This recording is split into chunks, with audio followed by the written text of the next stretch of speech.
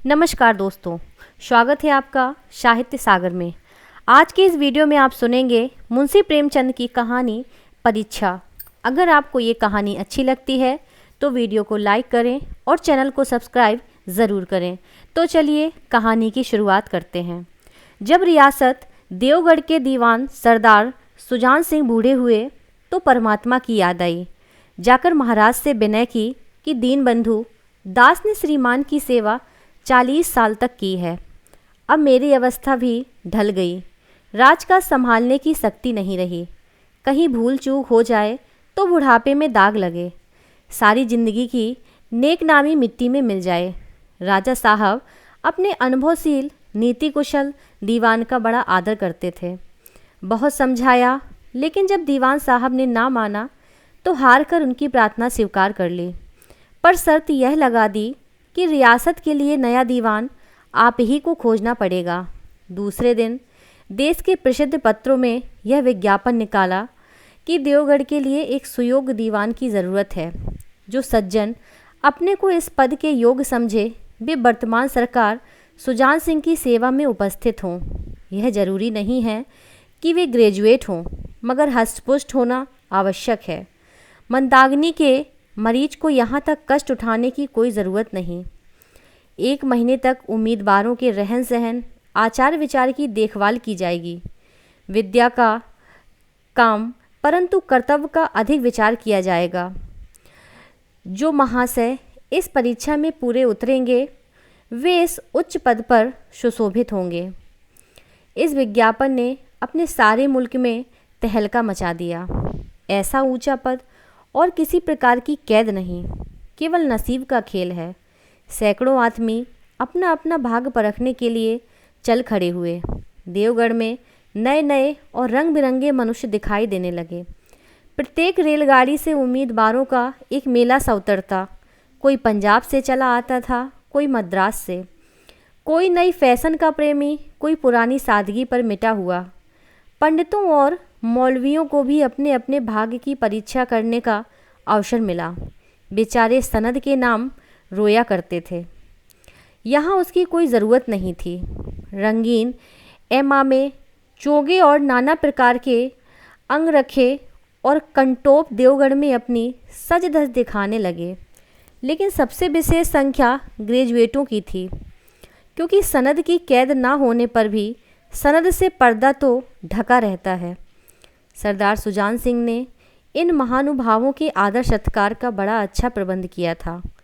लोग अपने अपने कमरों में बैठे हुए रोज़ेदार मुसलमानों की तरह महीने के दिन गिना करते थे। हर एक मनुष्य अपने जीवन को अपनी बुद्धि के अनुसार अच्छे रूप में दिखाने की कोशिश करता था। मिस्टर आ 9 बजे दिन तक सोया करते थे। आजकल वे बगीचे में टहलते हुए ऊषा का दर्शन करते थे। मिस्टर बा को हुक्का पीने की लत थी। आजकल बहुत रात गए किवाड़ बंद करके अंधेरे में सिंगार पीते थे। मिस्टर दा सा और जा से उनके घरों पर नौकरों की नाक में दम था। लेकिन ये सज्जन आजकल आप और जनाब के बगैर नौकरों से बातचीत नहीं करते थे। महाशय का नास्तिक थे, हकसले के उपासक, मगर आजकल उनकी धर्मनिष्ठा देखकर मंदिर के पुजारी को पदच्युत होने जाने की शंका होने लगी थी। मिस्टर ला को किताब से घृणा थी, परंतु आजकल वे बड़े बड़े ग्रंथ देखने पढ़ने में डूबे हुए रहते थे। जिससे बात कीजिए वह नम्रता और सदाचार का देवता बना मालूम देता था। शर्मा जी घड़ी रात से ही वेद मंत्र पढ़ने में लगते थे और मौलवी साहब को नवाज और तलावत के सिवा और कोई काम न था। लोग समझते थे कि 1 महीने का झंझट है, किसी तरह काट लें। कहीं कार्य सिद्ध हो गया तो कौन पूछता है। लेकिन मनुष्यों का वह बूढ़ा जौहरी आड़ में बैठा हुआ देख रहा था कि इन बगलों में हंस कहाँ छिपा हुआ है। एक दिन नए फैशन बारों को सूझी कि आपस में हॉकी का खेल हो जाए। यह प्रस्ताव हॉकी के मंजे हुए खिलाड़ियों ने पेश किया। यह भी तो आखिर एक विद्या है, इसे क्यों छिपा रखें। संभव है कुछ हाथों की सफाई ही काम कर जाए। चलिए, तय हो गया। फील्ड बन गई, खेल शुरू हो गया। और गेंद किसी दफ्तर के अप्रेक्टिस की तरह ठोकरें खाने लगी। रियासत देवगढ़ में यह खेल बिल्कुल निराली बात थी। पढ़े लिखे भले मानुस लोग शतरंज और ताश जैसे गंभीर खेल खेलते थे। दौड़ कूद के खेल बच्चों के खेल समझे जाते थे। खेल बड़े उत्साह से जारी था। धावे के लोग जब गेंद को लेकर तेजी से उड़ते तो ऐसा जान पड़ता था कि कोई लहर बढ़ती चली आती है, लेकिन दूसरी ओर के खिलाड़ी इस बढ़ती हुई लहर को इस तरह रोक लेते थे कि मानो लोहे की दीवार है। संध्या तक यही धूमधाम रही। लोग पसीने से तर हो गए। खून की गर्मी आँख और चेहरे से झलक रही थी। हाँफते हाँफते बेदम हो गए, लेकिन हार जीत का निर्णय ना हो सका। अंधेरा हो गया था। इस मैदान से जरा दूर हटकर एक नाला था। उस पर कोई पुल ना था। पथिकों को नाले में से चलकर आना पड़ता था। खेल अभी बंद ही हुआ था और खिलाड़ी लोग बैठे दम ले रहे थे कि एक किसान अनाज से भरी हुई गाड़ी लिए हुए उस नाले में चला आया। लेकिन कुछ तो नाले में कीचड़ था और कुछ उसकी चढ़ाई इतनी ऊंची थी कि गाड़ी ऊपर ना चढ़ सकती थी। वह कभी बैलों को ललकारता, कभी पहियों को हाथ से ढकेलता, लेकिन बोझ अधिक था और बैल कमज़ोर। गाड़ी ऊपर को ना चढ़ती और चढ़ती भी तो कुछ दूर चढ़कर फिर खिसक कर नीचे पहुंच जाती। किसान बार बार जोर लगाता और बार बार झुंझलाकर बैलों को मारता, लेकिन गाड़ी उभरने का नाम न लेती। बेचारा इधर उधर निराश होकर ताकता, मगर वहाँ कोई सहायक नज़र ना आता। गाड़ी को अकेले छोड़कर कहीं जा भी नहीं सकता था। बड़ी आपत्ति में फंसा हुआ था। इसी बीच में खिलाड़ी हाथों में डंडे लिए घूमते घामते उधर से निकले। किसान ने उनकी तरफ सहमी हुई आंखों से देखा, परंतु किसी से मदद मांगने का साहस ना हुआ। खिलाड़ियों ने भी उसको देखा, मगर बंद आंखों से, जिनमें सहानुभूति ना थी। उनमें स्वार्थ था, मद था, मगर उदारता और वात्सल्य का नाम भी ना था। लेकिन उसी समूह में एक ऐसा मनुष्य था जिसके हृदय में दया थी और साहस था। आज हॉकी खेलते हुए उसके पैरों में चोट लग गई थी। लंगड़ाता हुआ धीरे धीरे चला आता था। अकस्मात उसकी निगाह गाड़ी पर पड़ी। ठिठक गया। उसे किसान की सूरत देखते ही सब बातें ज्ञात हो गईं।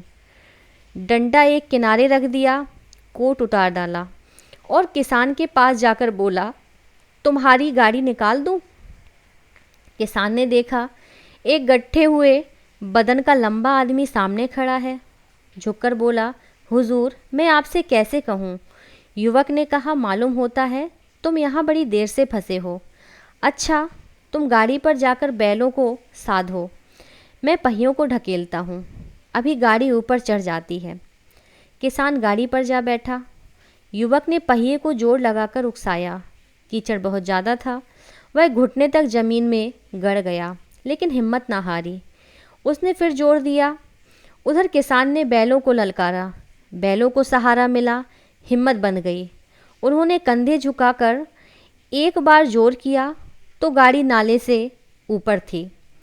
किसान युवक के सामने हाथ जोड़कर खड़ा हो गया। बोला, महाराज, आपने आज मुझे उबार दिया, नहीं तो सारी रात मुझे यहाँ बैठना पड़ता।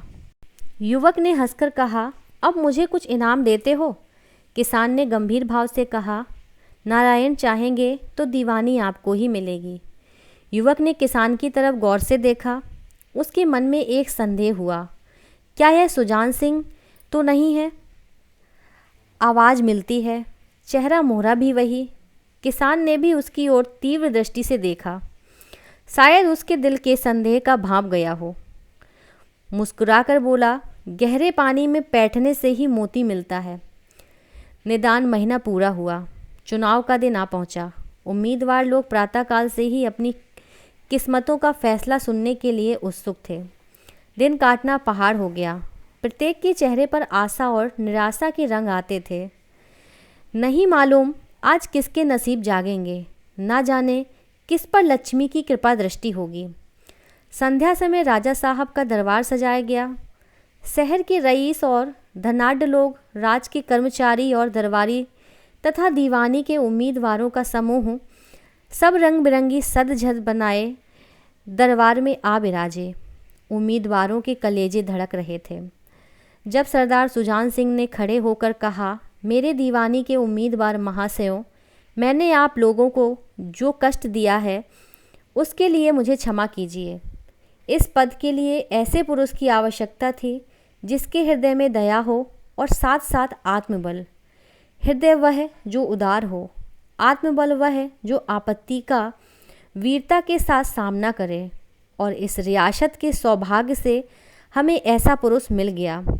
ऐसे गुण वाले संसार में कम हैं, और जो हैं वे कीर्ति और मान के शिखर पर बैठे हुए हैं। उन तक हमारी पहुंच नहीं। मैं रियासत के पंडित जानकीनाथ सा दीवान पाने पर बधाई देता हूँ।